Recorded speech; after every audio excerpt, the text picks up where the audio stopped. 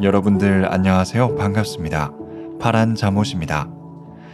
오늘은 여러분들이 좋아할 만한 흥미로운 책 한 권을 소개해 드릴까 합니다. 우리가 왕조 시대를 역사로 배울 때는 아무래도 조금 학문을 공부하는 것처럼 딱딱하기만 하고 지금의 세상과는 너무도 달라서 공감이 잘 가지 않는 부분들이 많았을 거라고 생각합니다.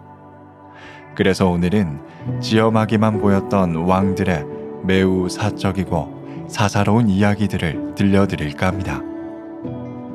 북수고에서 출판한 신정훈 지음의 어쩌면 당신이 원했던 조선 갈등사 들려드리겠습니다. 오늘도 책 읽으며 잠드는 편안한 밤 보내시기 바랍니다. 1장 타락한 고려말 구세주의 등장. 역사를 둘러보면 멸망한 국가들에는 공통점이 존재한다.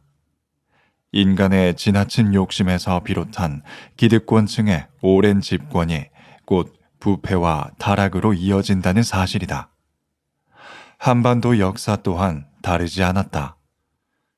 세상을 지배한 원나라의 간섭이 극에 치달은 고려 말 80년의 긴 시간 동안 원의 간섭으로 고려에서는 원나라에 빌붙는 친원파인 권문세족들이 득세하게 되었다. 왕건이라는 불세출의 영웅이 건국한 고려도 어느새 본인의 부와 권세만을 생각하는 권문세족들에 의해 망가질 대로 망가진 상태였다.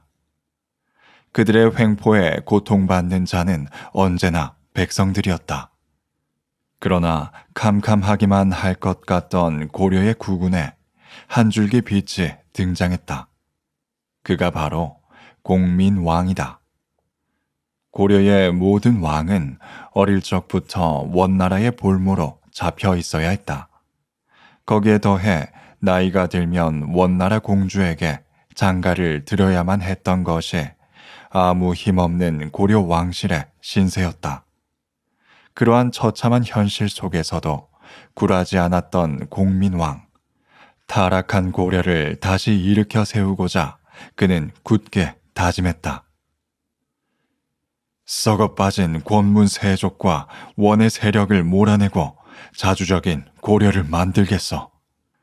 개혁에 강한 의지를 품으며 자신을 지지해줄 새로운 세력을 찾아 나섰다. 바로 신진사대부.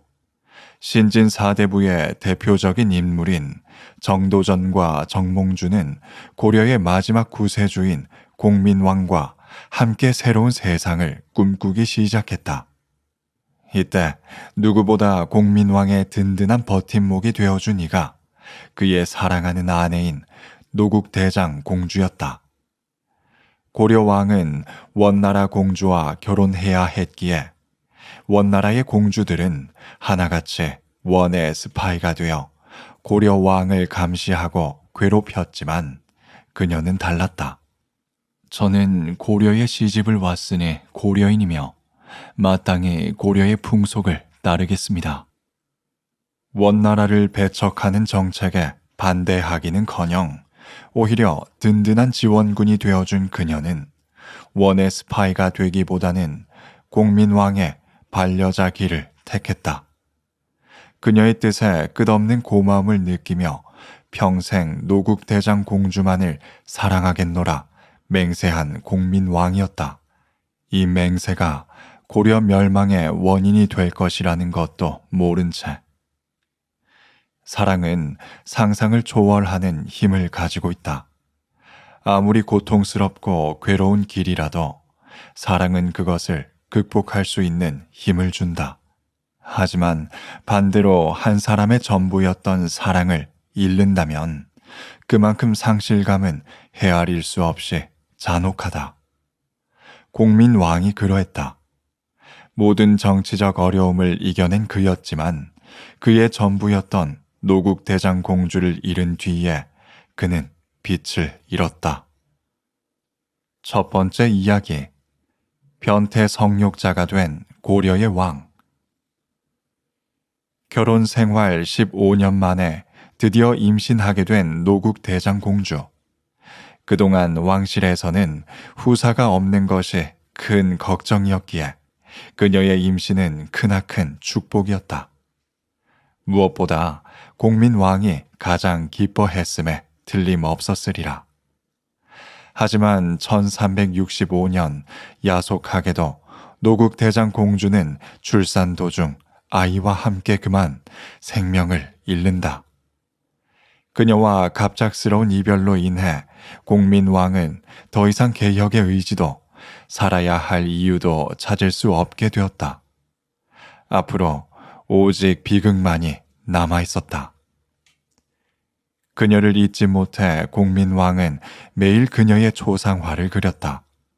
그림이 마치 살아있다는 듯 마주보며 식사를 하기도 하고 대화를 나누는 모습을 보였다. 그러다 갑자기 슬피 울기도 하고 3년 동안은 아예 고기도 먹지 않았다. 이때부터 고려의 유일한 구세주의 모습은 온데간데 없이 공민왕은 믿을 수 없을 만큼 미쳐버리게 되었다. 신진 사대부와 함께 꿈꿨던 개혁 의지는 이미 사라진 지 오래였다. 정사는 내팽개쳐두고 그는 온갖 기행을 저지르게 된다. 슬픔에 젖은 채 오직 아내의 영전 건설에 막대한 돈과 인력을 쏟았고 이에 국고가 남아나지 않게 되어 백성들에게서 극심한 원성을 사게 되었다. 이후 점점 정신병이 심해진 그는 방탕한 변태 성욕자로 변해갔다. 용모가 빼어난 소년들을 들여라. 1372년 어느 날 그는 갑자기 자제위라는 기구를 만들도록 명했다. 젊고 아름다운 귀족 자제들 중 미소년들을 뽑아 자제위에 소속시켰다. 그들의 역할은 가히 충격적이었다. 공민왕 자신의 호위 겸 성적 대상으로 삼은 것이다.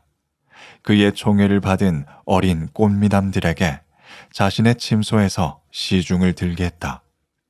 마음의 병이 점차 깊어질수록 그의 엽기적인 만행은 도를 넘어섰다.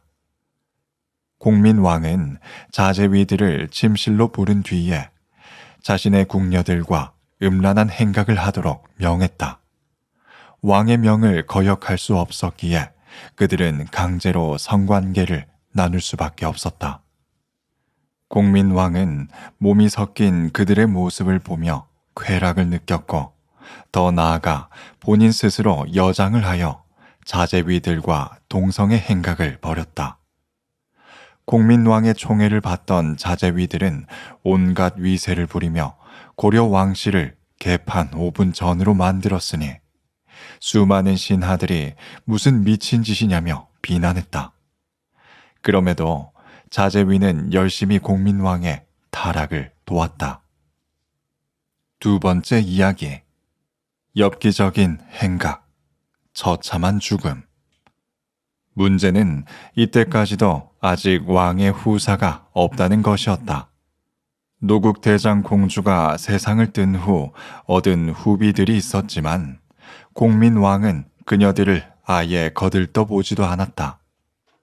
허구한 날 자제위들과 음란한 기행만 하고 있었으니 후사를 보지 못하는 것은 당연했다. 그런데 어느 날 공민왕은 후사 문제를 타개할 매우 기발한 아이디어를 떠올린다. 그는 가장 총애하는 자제위 소속 홍륜을 불러 조용히 명령했다. 내 아내를 겁탈해라. 동성애만으로 후사를 볼 수 없다는 것을 깨달은 공민왕.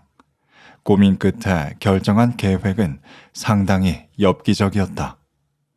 노국 대장 공주 이외의 연인과는 죽어도 관계를 맺기 싫었던 것인지 아니면 완벽한 동성애자로 변모한 것인지는 모르겠지만 그는 후비들과 동침할 생각이 주어도 없었다.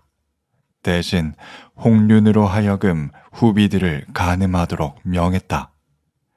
그 사이에서 낳은 아들을 자신의 후사로 속이기 위해 이 말도 안 되는 계획을 공민왕은 거침없이 진행했다. 그러나 후비들은 그의 뜻대로 움직이지 않았다. 엽기적인 행각을 모두 거부하며 심지어는 자결하려는 모습에 공민왕의 계획은 번번이 실패로 돌아갔다. 하지만 결코 포기할 생각이 없던 그는 익비 한씨에게 칼을 들이밀며 협박했다. 생명의 위협을 느낀 익비는 결국 홍륜과의 사통을 할 수밖에 없었고, 이후에도 홍륜은 왕의 명의 없이도 몰래 익비와 지속된 동침을 이어나갔다. 그리고 마침내 공민왕의 계획은 결실을 맺게 되었다.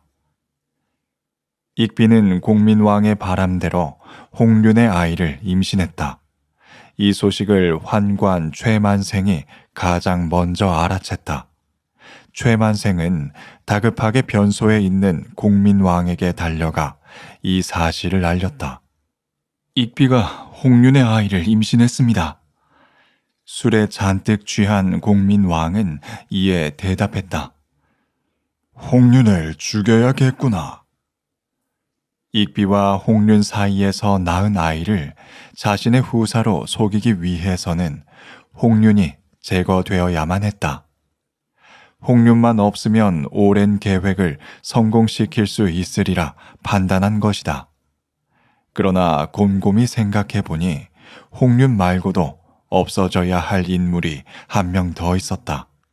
그는 최만생을 돌아보며 나지막히 말했다.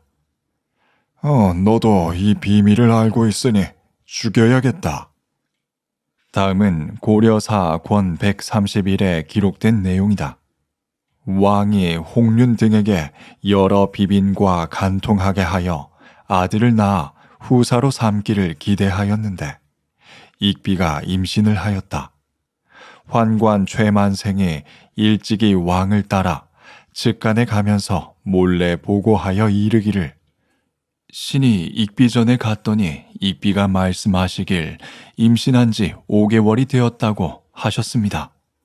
라고 하니 왕이 기뻐하며 말하기를 내가 일찍이 영전을 부탁할 곳이 없어 근심하였는데 익비가 이미 임신하였다고 하니 내가 무엇을 근심하겠는가? 라고 하였다. 잠시 후 묻기를 근데 누구와 관계를 가졌다더냐? 라고 묻자 최만생이 말하기를 익비가 홍륜이라고 하셨습니다. 라고 하였다. 왕이 말하기를 내일 창릉을 아련하고 거짓으로 술자리를 베풀어 홍륜 등을 죽여서 입을 막을 것이다. 너도 이 계획을 알고 있으니 모면할 수 없을 게야. 라고 하였다. 순식간에 안색이 창백해질 정도로 공포에 질린 최만생은 황급히 궁을 빠져나왔다. 자신이 곧 죽게 되리란 것을 안다면 어느 누구도 이성적인 판단이 힘들 것이다. 목숨을 부지하기 위해 그가 고를 수 있는 선택지는 한 가지뿐이었다. 바로 홍륜을 찾아가 모두 죽게 되리란 사실을 알리는 것. 최만생으로부터 공민왕의 계획을 전해들은 홍륜은 다리에 힘이 풀릴 정도로 겁이 났다. 자제위 동료들도 두려움에 떨며 어찌할 바를 몰랐다. 머리를 싸매고 회의를 거듭할수록 이대로 죽기에는 너무 억울하다는 생각이 들었다. 그리고 이내 공포는 분노로 변했다. 죽을 바에는 차라리 왕의 목을 치자. 1374년 공민왕의 계획을 알아챈 그날 밤, 그들은 거사를 치르게 된다. 홍륜과 최만생을 포함하여 자제위 동료들은 임금의 저소로 향했다. 칠흑같이 어두운 밤, 달빛 아래 빛나는 것은 오직 그들의 손에 들려있는 회색빛의 칼날뿐이었다. 순식간에 저소로 난입한 그들 앞에는 술에 취해 잠든 공민왕이었다. 그들의 눈에 더 이상 그는 임금이 아닌 사라져야 할 존재에 불과했다. 그 순간 누가 먼저랄 것도 없이 일제히 공민왕을 향해 달려들었다.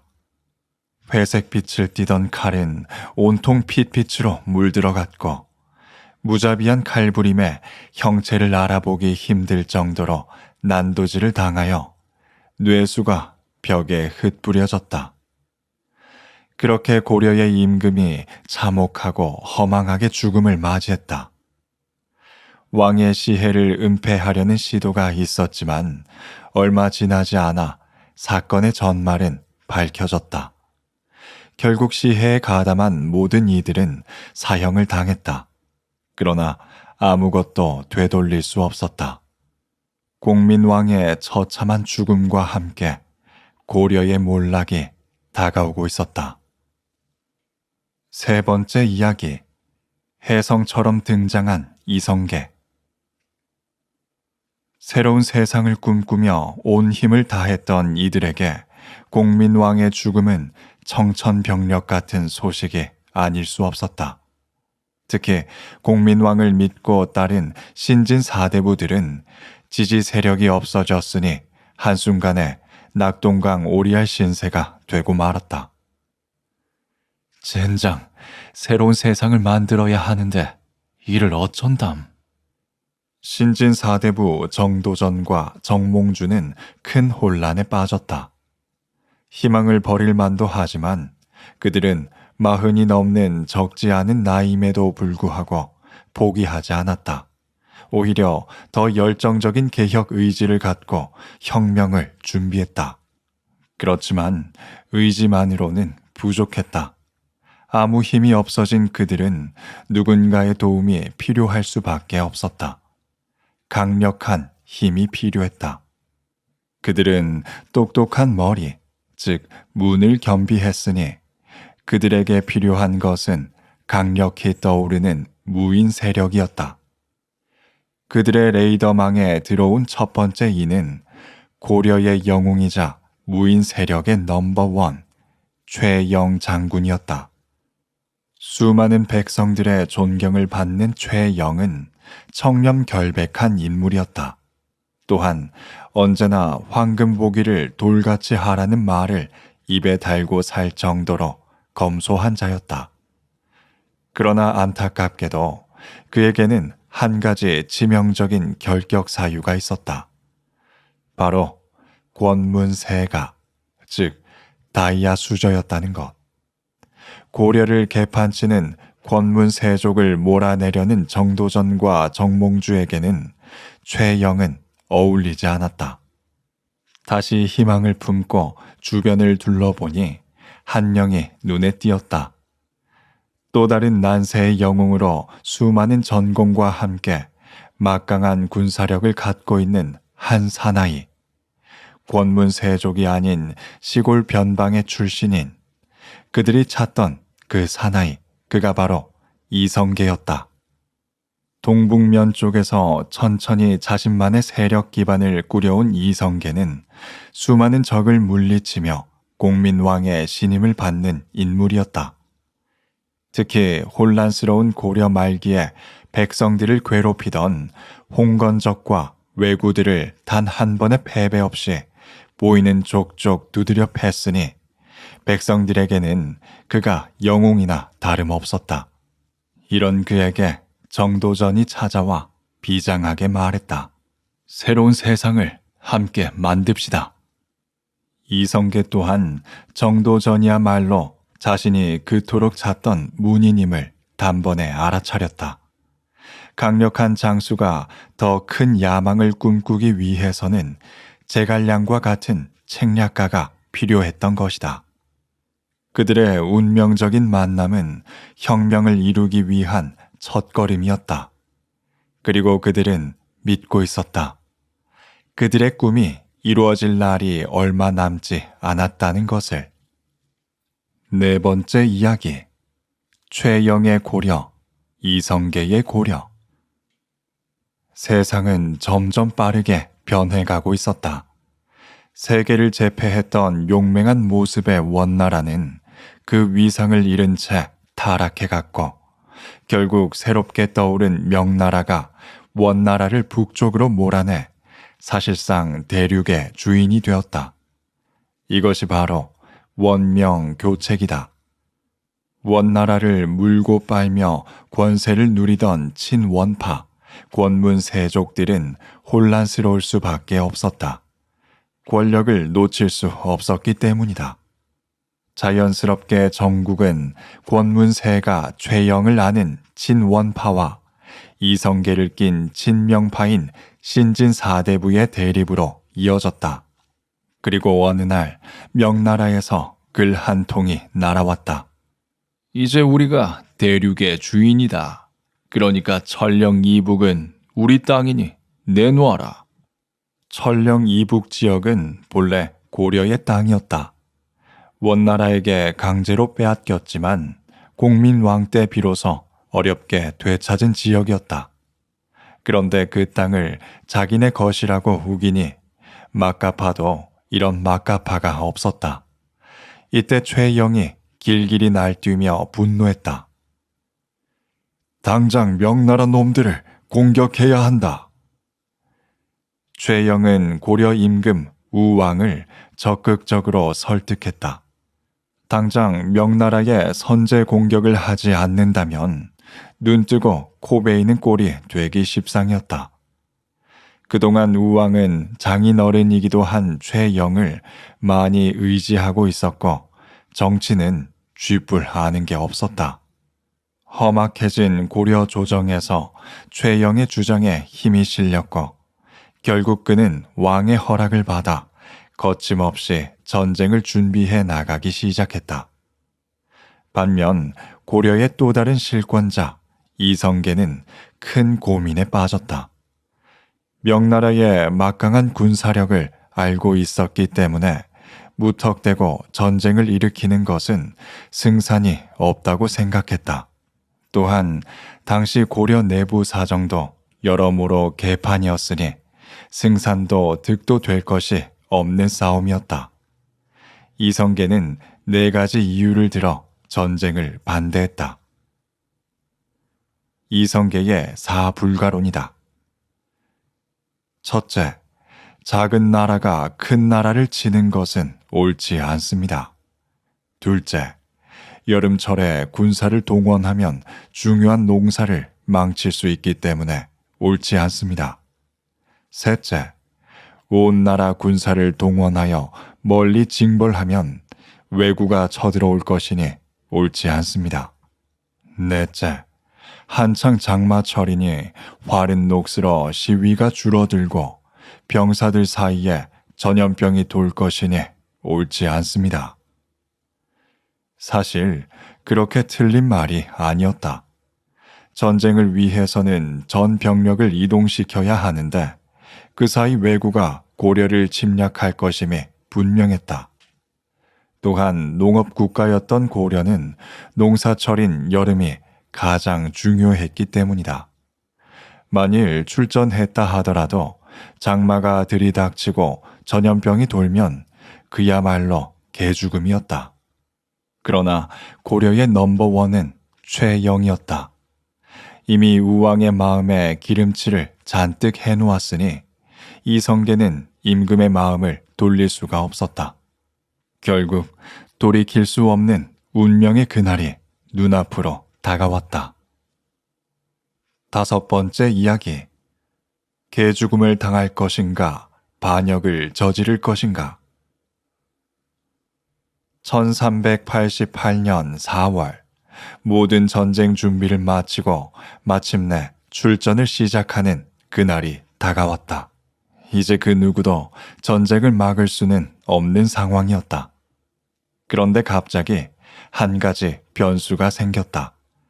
최고 사령관 최영의 주도로 진행될 계획이었지만 돌연 그가 불참한다는 소식이 들려왔다. 막상 최영이 원정을 떠난다 생각하니 아무것도 할 줄 아는 게 없는 우왕이 불안에 떨게 된 것이다. 그동안 최영만 믿고 발칙한 사춘기 마냥 막장 인생을 살아온 인물이었으니 그럴 만도 했다. 최영 장군은 여기에 남아 나와 같이 정사를 돌보세요. 결국 최영은 원정에 참여할 수 없게 되었다. 본인의 적극적인 주장으로 시작된 전쟁임에도 불구하고 철딱선이 없는 왕의 요청에 의해 본인이 전쟁에 불참하게 되었다. 아이러니하게도 원정의 선봉은 전쟁을 강력히 반대한 이성계가 맡게 되었다.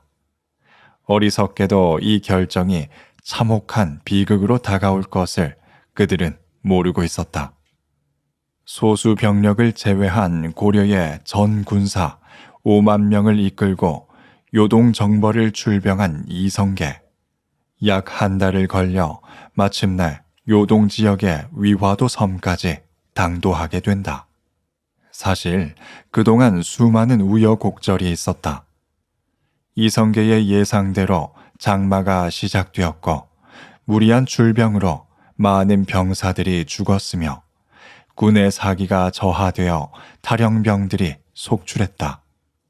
이에 이성계는 말머리를 돌릴 것을 간곡히 요청했으나 최영은 굽히지 않았다.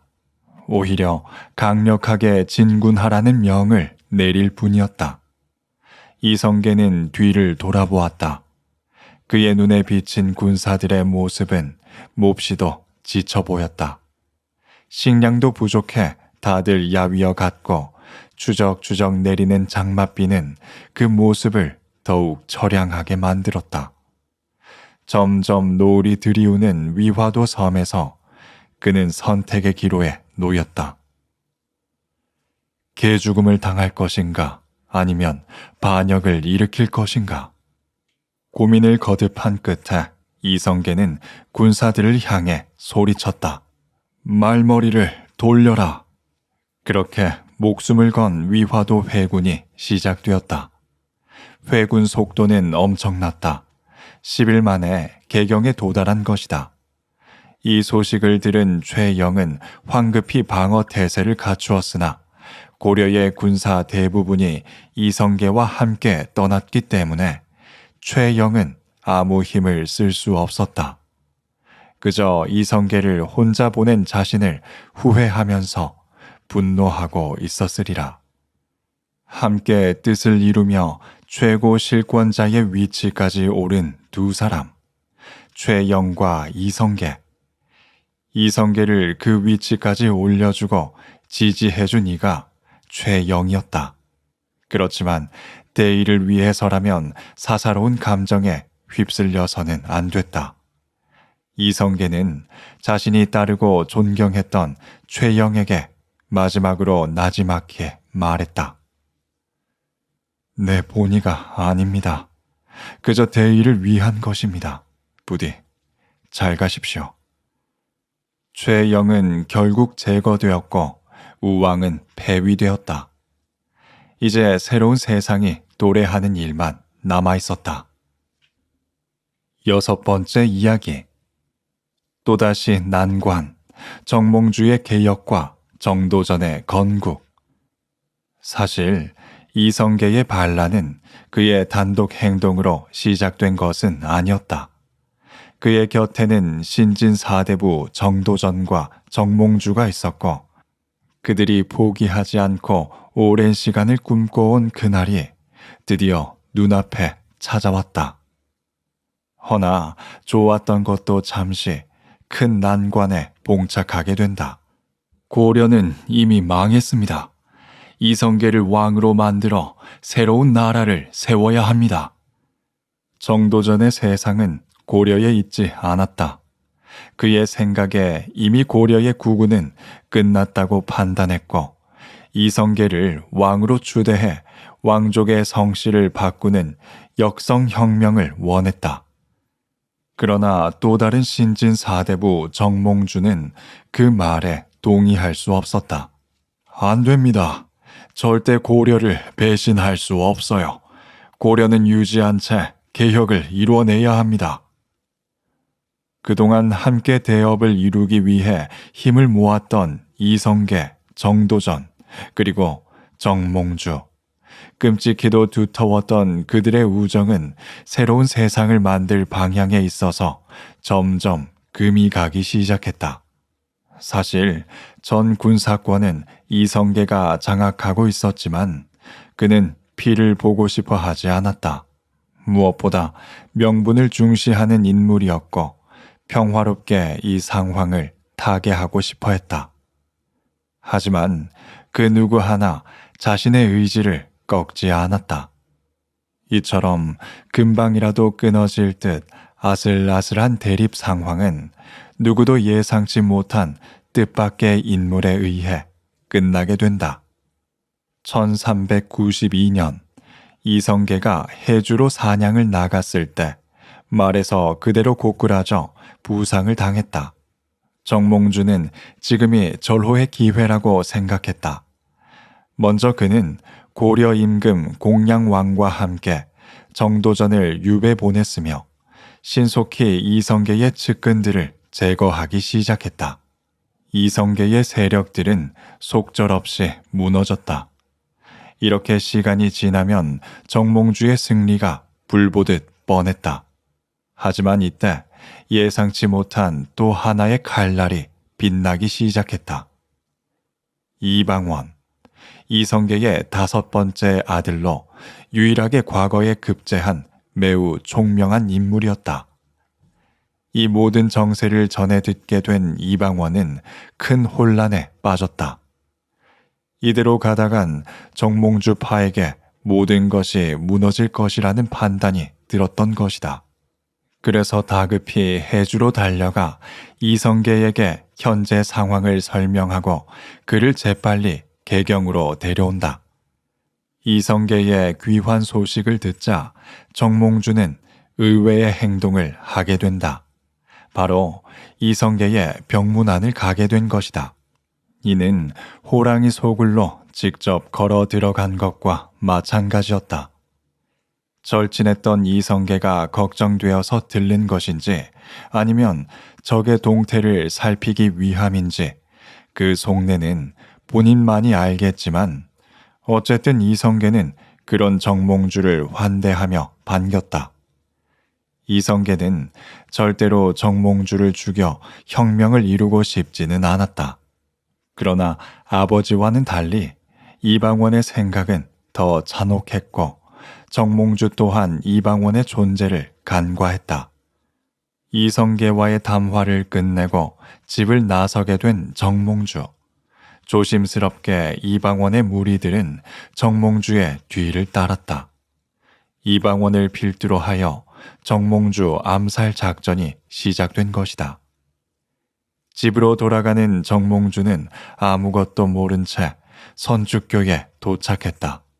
그때 이방원의 부하가 모습을 나타냈다. 어리둥절한 정몽주가 무슨 일인가 생각하는 순간 그가 탄 말이 공격을 당해 쓰러졌다. 고꾸라진 정몽주가 비명을 지르며 도망치려고 했다. 하지만 그의 머리 위로 철퇴가 날아들었다. 무차별적인 공격에 결국 정몽주의 숨통이 끊어졌다. 고려의 마지막 버팀목이 백주대낮에 속절없이 살해되었다. 이 사실을 알게 된 이성계는 심히 분노했다. 이방원을 향해 시키지도 않은 짓을 한 불효자라며 아주 쌍욕을 퍼부었다. 그래도 돌이킬 수는 없는 일. 이방원의 냉혹한 판단으로 고려의 멸망을 저지할 마지막 반대 세력이 무너졌음은 자명한 사실이었다. 결국 이성계는 혁명을 위해 반대파 세력을 모두 죽이거나 귀양을 보냈다. 대낮에 때려 죽이는 이성계라는 공포감에 반대파들은 어떠한 저항도 할 수 없었다. 또한 고려의 왕씨 가문들이 훗날 걸림돌이 될 것이라 판단하여 씨를 말리는 정책이 실시되었다. 이처럼 혁명에 반대하는 정적들을 모두 숙청했고 이제 남은 것은 그들이 꿈꾸는 새로운 세상뿐이었다. 그렇게 500년의 조선 왕조가 시작되었다.